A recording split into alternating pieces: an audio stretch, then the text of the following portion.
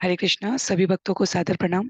श्रीमद् भागवतम महापुराण प्रश्नोत्तरी की इन श्रृंखला में आज क्विज सेशन 8 में हम सभी स्कंद 1 अध्याय 2 आरंभ करने जा रहे हैं। आज के पाठ्यक्रम का श्लोक संख्या का क्रम स्कंद 1 अध्याय 2 श्लोक संख्या 1 से लेकर 4 तक है। सभी भक्तों को बहुत बहुत शुभकामनाएं। आरंभ करते हैं आज की प्रश्नोत्तरी। पहला प्रश्न है, नैमिषारण्य के मुनियों ने सूत गोस्वामी से रिक्त स्थान प्रश्न पूछे। लाल में लिखा है 2, नीले में लिखा है 5 प्रश्न, नारंगी में लिखा है 6 प्रश्न और हरे में लिखा है 8 प्रश्न। प्रत्येक प्रश्न का उत्तर आप प्रश्न संख्या के आगे लाल के लिए R, नीले के लिए ब्लू B, ऑरेंज के लिए नारंगी के लिए O और हरे के लिए ग्रीन G करके इसी वीडियो के कमेंट बॉक्स में प्रेषित कर सकते हैं। अगला प्रश्न है, निम्न में से कौन सा नैमिषारण्य के मुनियों द्वारा पूछा गया प्रश्न नहीं है? तो जिन जिन 6 प्रश्नों की बात हो रही है यहाँ पर, वैसे तो नैमिषारण्य के ऋषियों द्वारा बहुत सारे प्रश्न पूछे जाएंगे। जिन 6 प्रश्नों की बात स्कंद 1 अध्याय 1 में पूछे गए क्रम में की गई है, उन 6 प्रश्नों में निम्न में से कौन सा प्रश्न नहीं है? लाल में लिखा है भागवतम कब, क्यों और कहाँ लिखा गया। नीले में लिखा है परम कल्याण क्या है। नारंगी में लिखा है समस्त शास्त्रों का सार क्या है। और हरे में लिखा है कृष्ण के अंतर्ध्यान होने के बाद धर्म ने कहाँ शरण ली। तो आप कमेंट बॉक्स में 1.R, 2.ब्लू, 3.O, 4.G जो भी सही उत्तर है वो आप यहाँ पर प्रश्न संख्या के बाद उस लेटर को लिखकर प्रेषित कर सकते हैं। प्रश्न संख्या 3 में, मुक्तात्मा सुखदेव मुनि के आश्रम से चले जाने से शोकग्रस्त व्यास देव के वियोग की तुलना रिक्त स्थान के वियोग से की गई है। लाल में लिखा है बादल, नीले में लिखा है वृक्षों, नारंगी में लिखा है पहाड़ों और हरे में लिखा है नदियों। तो मुक्त आत्मा सुखदेव मुनि के आश्रम से चले जाने के पश्चात व्यासदेव का जो शोक है उसकी तुलना बादल के वियोग से की गई है, वृक्षों के वियोग से की गई है, पहाड़ों के वियोग से की गई है या नदियों के वियोग से की गई है। अगला प्रश्न है, सुखदेव गोस्वामी ने वर्ण तथा आश्रम व्यवस्था में निर्दिष्ट शुद्धिकरण संस्कारों में भाग नहीं लिया क्योंकि लाल में लिखा है वे जन्म से मुक्तात्मा थे, नीले में उन्हें इन विधियों में विश्वास न था, नारंगी में वे इन संस्कारों के निर्वहन के लिए अयोग्य थे और हरे में लाल और नीला दोनों सही है। अगला प्रश्न है, आध्यात्मिक शिक्षा में वैष्णव अवस्था रिक्त स्थान का स्तर है। लाल में मध्यम श्रेणी का स्तर है, नीले में स्नातक श्रेणी का स्तर है, नारंगी में स्नातकोत्तर श्रेणी का स्तर है और हरे में प्राथमिक श्रेणी का स्तर है। प्रश्न संख्या 6 में, वर्णाश्रम धर्म संस्कारों का अंतिम लक्ष्य रिक्त स्थान बनाना है। लाल में अपरिष्कृत मनुष्य को भगवान के शुद्ध भक्त वैष्णव बनाना है, नीले में ब्रह्मलीन बनाना है, नारंगी में स्वर्ग पहुंचने के योग्य बनाना है और हरे में जीवन जीने के योग्य बनाना है।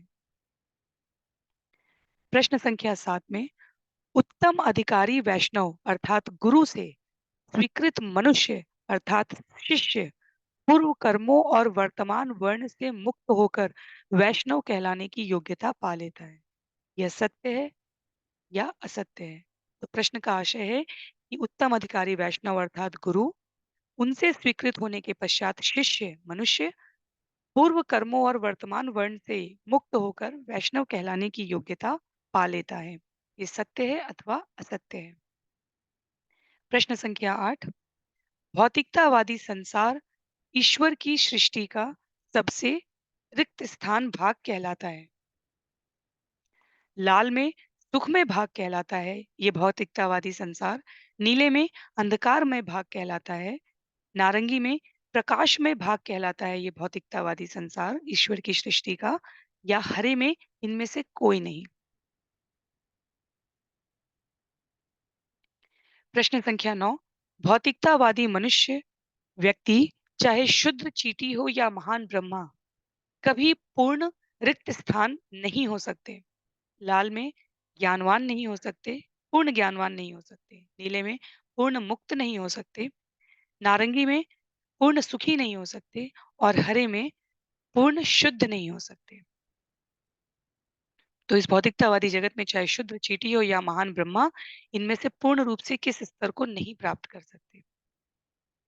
प्रश्न संख्या 10 में भौतिकतावादी व्यक्ति जो भौतिक कृतियों से परेशान होकर भी इसे मधुर जान भवसागर से निकलना नहीं जानते, रिक्त स्थान के समान बताए गए हैं। लाल में लिखा है गधे के समान बताए गए हैं। नीले में लिखा है घोड़े के समान बताए गए हैं। नारंगी में लिखा है ऊंट के समान बताए गए हैं और हरे में लिखा है खच्चर के समान बताए गए हैं। अगला प्रश्न है, श्रीपाद शंकराचार्य ने भगवान नारायण को सृष्टि से ऊपर परे बताया है, अर्थात वो इस सृष्टि के परे हैं, ये संस्तुत किया है। लाल में लिखा है सही है, नीले में लिखा है गलत है। प्रश्न संख्या 12 में निम्न में से कौन सा कथन सत्य है। लाल में कतिपय संप्रदाय द्वारा भागवतम को नवीन कृति कहना सत्य है। नीले में श्रीमद् भागवतम वेदांत सूत्र का अद्वितीय भाष्य है। नारंगी में मायावादी भागवतम के ज्ञान को समझने के लिए उपयुक्त पात्र हैं और हरे में वेदांत सूत्र की रचना श्रीमद् भागवतम पुराण के पूरक के रूप में की गई है। तो आज के क्विज का संभवतः ये सबसे कठिन प्रश्न रहेगा। एक एक पंक्ति को आपको ध्यान से सुनकर पढ़कर तत्पश्चात इनमें से सही कथन का चुनाव करना है।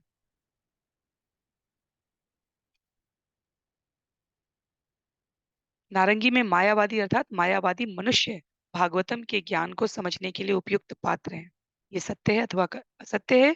और हरे में है वेदांत सूत्र की रचना श्रीमद् भागवतम पुराण के पूरक के रूप में की गई है।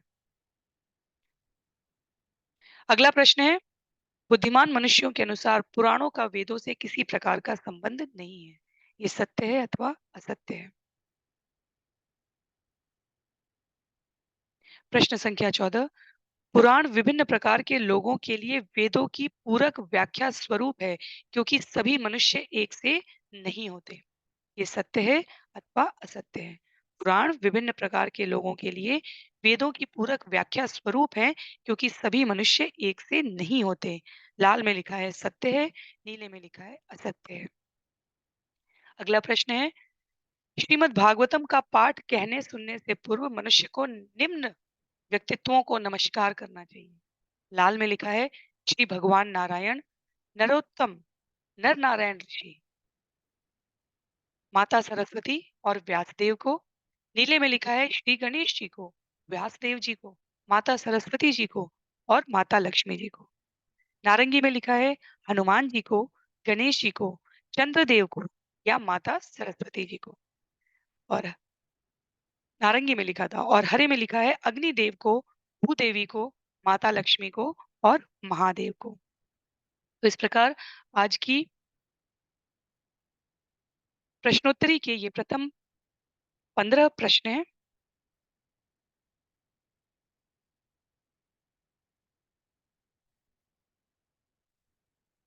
इन प्रश्नों के उत्तर आपको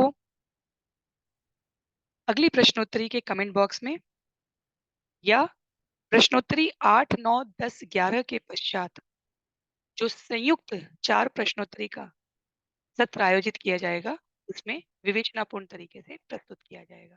तो अपनी सुविधा के अनुसार इस वीडियो के कमेंट बॉक्स में आप इन प्रश्नों का उत्तर लिखकर प्रेषित कर सकते हैं और इनकी जांच आप अगली प्रश्नोत्तरी के कमेंट बॉक्स में कर सकते हैं। सभी को बहुत बहुत साधुवाद। हरे कृष्णा।